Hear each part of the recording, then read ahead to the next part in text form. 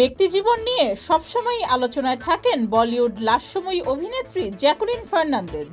যেমন সম্প্রতি গুঞ্জন উঠেছে অভিনয় ছেড়ে দিয়ে ধর্মের পথে এসেছেন জ্যাকুলিন।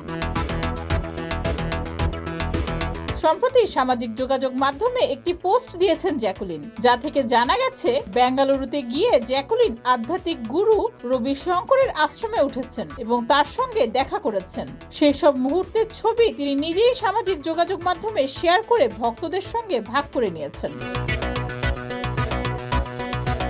সামাজিক যোগাযোগ মাধ্যমে আশ্রমের ছবি পোস্ট করে জ্যাকুলিন লিখেছেন, আমার হৃদয় ভরে গেছে। গুরুদেব আলোর দিশা দেখানোর জন্য আপনাকে ধন্যবাদ। আমি আপনার কাছে ঋণী হয়ে থাকলাম। এ সময় গোলাপি রঙের সালোয়ার কামিজ ছিল জ্যাকুলিনের পরনে, ছিল না অতি সাজসজ্জা। একেবারে সাদামাটা হয়ে গুরুর আশ্রমে ধরা দিয়েছেন এই অভিনেত্রী। আশ্রমের বাছুর, হাতি, ঘোড়া, ষাঁড়ের সঙ্গেও সময় কাটান তিনি। এমনকি আশ্রমের শিক্ষার্থীদের সঙ্গেও জ্যাকুলিনকে হাসি মুখে ছবি তুলতে দেখা যায়।